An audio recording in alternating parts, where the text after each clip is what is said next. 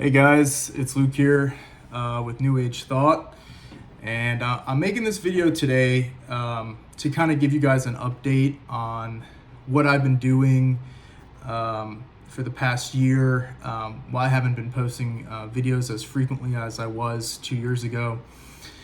And yeah, basically, I'm also kind of just making this video for myself. This is not, I could really, I want people to watch it, but this is almost more something kind of therapeutic for me. I just kind of felt the need to kind of get some of this stuff off my chest. So number one, what have I been up to? Well, I moved to Austin, Texas, and I was training jujitsu literally every day. I basically said I'm going to dedicate an entire year to getting pretty proficient at this martial art that I've been hearing so much about. And not only the martial art aspect of it, but hearing about all the different benefits that you get from jiu-jitsu, which I can attest. You are more confident, you have more,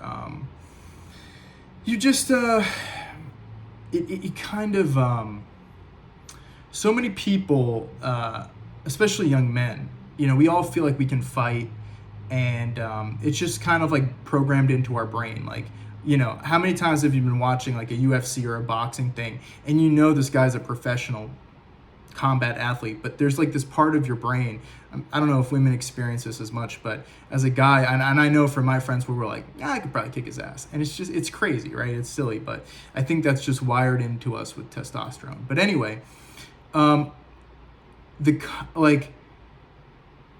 lot of times, if you've never actually had any experience like fighting, or I don't want to use the word fighting, but training in a martial art where you've proven to yourself over the course of time that you are capable of defending yourself and, if necessary, submitting or hurting or injuring somebody who might want to do you harm. And I think that's a really important skill for young men and men of all ages to have, right? When you know that you can actually defend yourself, you tend to be a lot more calm because you don't actually feel threatened by certain situations. And this could be stuff where it doesn't have to be something like it's on the street. Like, you could be in the office, and let's say, a boss or somebody comes and says something to you that's kind of a little bit demeaning, or they are higher above you in kind of the hierarchy of the office or whatever you're doing, and they say something to you, that can make you feel very like upset, but with jiu-jitsu, the best way I can describe it is like, it doesn't really kind of phase you as much, because that, God, if this guy really keeps pushing this, and continues to be disrespectful, like, I could,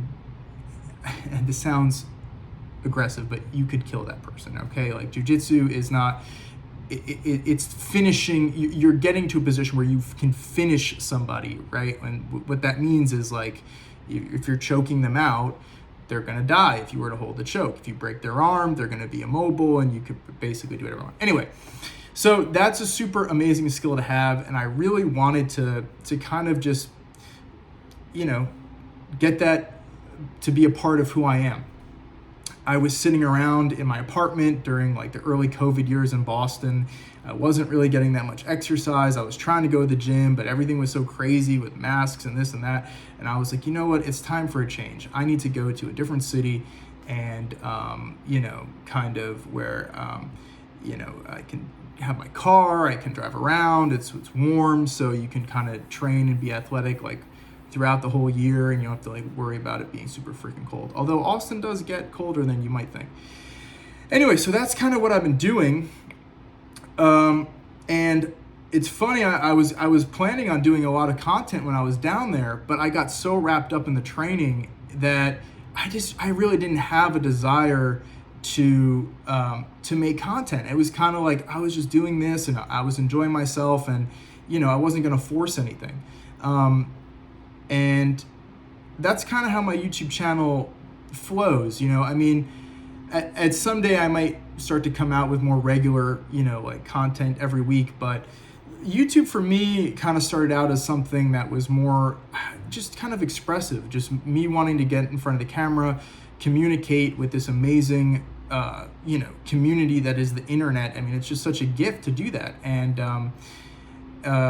even if nobody watches this video, or if people do watch this video, it's really, I think, incredibly therapeutic to speak. So now that I actually ended up moving back to Boston, and to be closer to some family. Now, I think eventually I want to end up in Austin, and I think that's the plan. But it was great to go there for a year and really kind of scope it out and see, hey, this is what I want to do, and this is the cool places to live. This is places where I probably don't want to live, and so you get it. So now I'm back in Boston. I've been here since October, and I'm still training jiu-jitsu. It's great, but I've been feeling like it's time to make some more content and just kind of get the channel a little bit more up to date of what's going on in my life. So really, so there you go. So that's kind of what I've been up to, right? And I'll make more videos about what other things I got up to in Austin. Like, for example, going to Joe Rogan's Comedy Mothership, super awesome comedy club. Some of the best comedic talents are there now in Austin, Texas, of all places. It's so cool, you know what I mean? Anyway, so I'll make another video on that. But I really also wanted to make this video about I feel like we are going through a change, a collective change. And I'm curious how many of you guys feel the same way.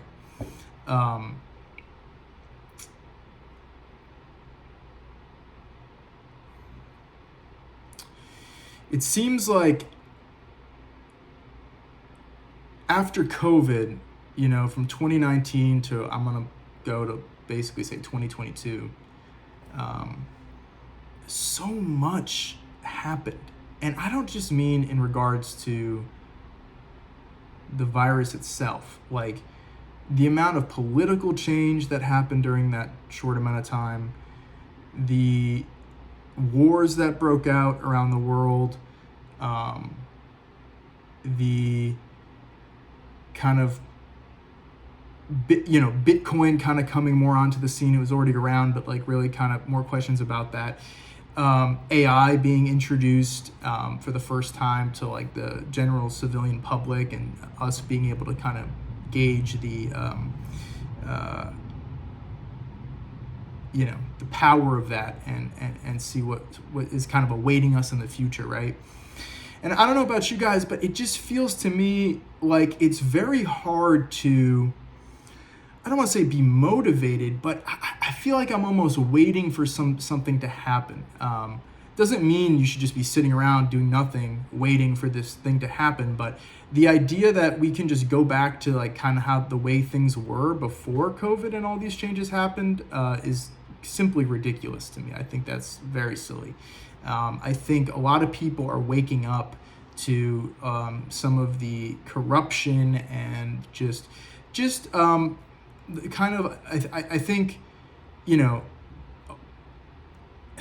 corruption and just the way things are actually done in terms of politics and money and how things really get looking for the right word here, kind of,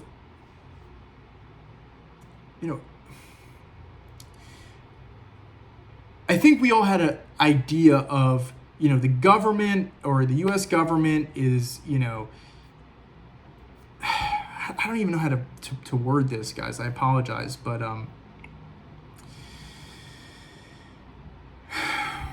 I think we can see that mainstream news is essentially irrelevant. And you have guys like Tucker Carlson, who were part of the mainstream news, who are now kind of shifting to a more sort of like podcasty type of oriented thing, where nobody is, Fox News isn't telling him exactly what he can and can't say, which guests he can and can't have on. Recently, he had Alex Jones on, which was a very interesting interview. And I strongly encourage everyone who to watch it, regardless of what you think about Alex Jones and the points that he makes. I think it's extremely important to listen to people like that, even if you disagree. I personally agree with a lot of what he's saying, but not everything, but a lot of it. And I think he was proven to be right, Alex Jones, about a lot of the stuff that he was saying. If you truly are honest with yourself, now keep in mind, the guy is an entertainer, okay? But he does report on real things. So I think sometimes people get caught up because he has so many antics that they're like, how can I take this guy seriously? But he's extremely serious. And if you go back and watch some of his videos from the early 2000s, he was talking about shit that sounded insane, crazy at the time. But you look at what transpired in the past 4 years, and you're like, yeah, that's pretty much what happened, man. That's pretty much what freaking happened. And, so I know a lot of people who just, I feel like they want to hide their head in the sand and go, I don't even want to pay attention. I don't watch the news. I don't want to even be a part of it. But my point being is there's immense changes that are going on right now. And I wonder if you guys feel that too. And I wonder, it's like, as a young man or a young woman, it's like you're trying to pick a path in life, and you hear things like, well, AI is going to get rid of, X percentage of jobs or this or that, or if you're in especially an analytical job, chances are AI will be able to do that better than you and very soon. And I think we all need to kind of be prepared. I'm not saying like, go crazy like a prepper, but there's definitely going to be some uncertainty this year. And there's an election coming up. Trump is going through all these court cases and things. Biden, it's like, in my opinion, I don't even understand. Like, it just, honestly, guys, I don't even have the words to even really describe like my thoughts and my, to cohesively kind of put together my thoughts on this. And even before this video, I was like writing my notes, and I was like, how do I kind of like say all this shit? And at the end of the day, I'm just gonna freaking rant, because that's the only way I can really freaking do this. So yeah, I mean, it's just like, you got one guy, Biden, who is essentially brain dead, and Trump, isn't perfect, but at least he can freaking talk. And he does have balls, okay? And it's clear that the American people do want to support him, at least on the Republican side, right? And when I see things like, when his house was raided at Mar-a-Lago, that was kind of like the straw for me. Like, that's another example of something that transpired in this like little like COVID chaotic phase, right? And what's crazy is like, yeah, this stuff is covered on the news, but it's like, we don't really, like, okay.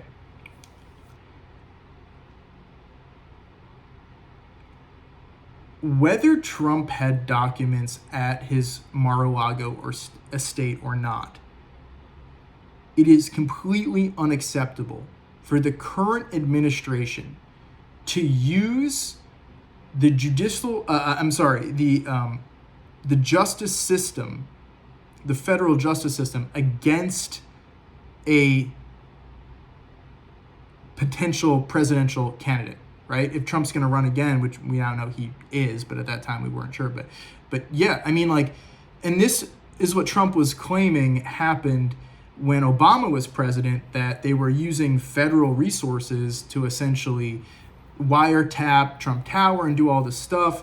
And to me, it's like, guys, like, I don't understand why that's hard to believe, because it's not even like Democrats or Republicans, or it's just like, this is just human nature, man. I mean, like, this is just what humans do. If you're in power and somebody's threatening to take that power away from you, okay, you're going to do pretty much whatever it takes to, within reason, as long, things escalate, but you could start with just throwing legal shit at somebody, maybe, trying to come up with like, oh, he's a Russian asset. Whether they think he's truly a Russian asset or not, the suspicion of him being a Russian asset gives them permission to then use federal resources to wiretap him. So it's kind of crazy, man. And I guess I'll take a step back and just say, regardless of what you think about Trump and Biden and all this stuff, it's just like it's really easy to see that there are games being played in America right now. That this is like reminiscent of sort of like a banana republic, like when, like Chavez or, other people came to power. It's like, they're not like, we're not living in a democratic society right now. There are people who are throwing legal cases against Trump for real estate shit and like just silly, frivolous things. Now, if it was, this has been going on for so long, and I don't understand this. Like, if there's really something there, if there's really something that is totally illegal that Trump did, then yeah, we got to get to the bottom of it. But it doesn't seem like that's the majority of the cases. It seems like it's about like tax fraud or this or that, and it's just like, hello guys, they're all doing it. Clinton, Obama, politicians, other Republicans. It's just like the way it goes, man. I grew up in DC. This is how it works, man. And so it's so funny to me to see like the same people who are guilty of the exact thing that they're accusing Trump of doing to then go, yeah, we got to get him on these court cases. And people eat it up. They're like, yeah, Trump's such a bad guy and he's doing all this shit. And it's just like, okay, well, take a look at the rest of the people in political power. Like, have you actually looked into any of like what they're up to? Are there investigations going into the tax fraud or the insider trading that they've, Nancy Pelosi made millions of dollars off NVIDIA because she knew that as tensions got more heated with China, that we no longer could really have our microchips manufactured there. So NVIDIA got a huge government grant from America, and Nancy Pelosi knew that was coming. And, this is how it's worked for years, guys. Politicians, insider trading, it's just the way the cookie crumbles, so to speak. Anyway, guys, it's more so just like enough about that. Like, spiritually, how do we move forward in a world that feels so chaotic? And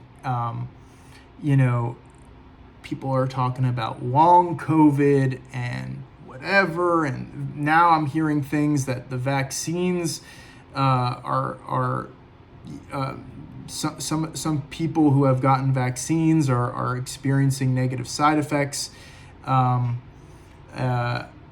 it's just like it can get pretty dark. And I think we all have to kind of find a way to gain some strength, some spiritual strength and mental strength too, to kind of move us through this period. I think really what's going on, guys, is we're going through a growing period, right? When you're young and you get growing pains and it kind of hurts, it's the same thing.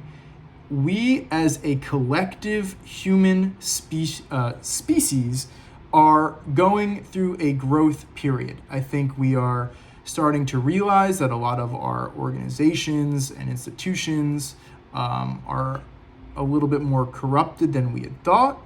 And I'm not saying everybody who works for a government agency or I really want to be very abundantly clear about that. I am not just sitting here going like, oh yeah, CIA fucking bad, or FBI bad, or whatever. It's just that when you get to kind of the higher up levels of things, it does seem like,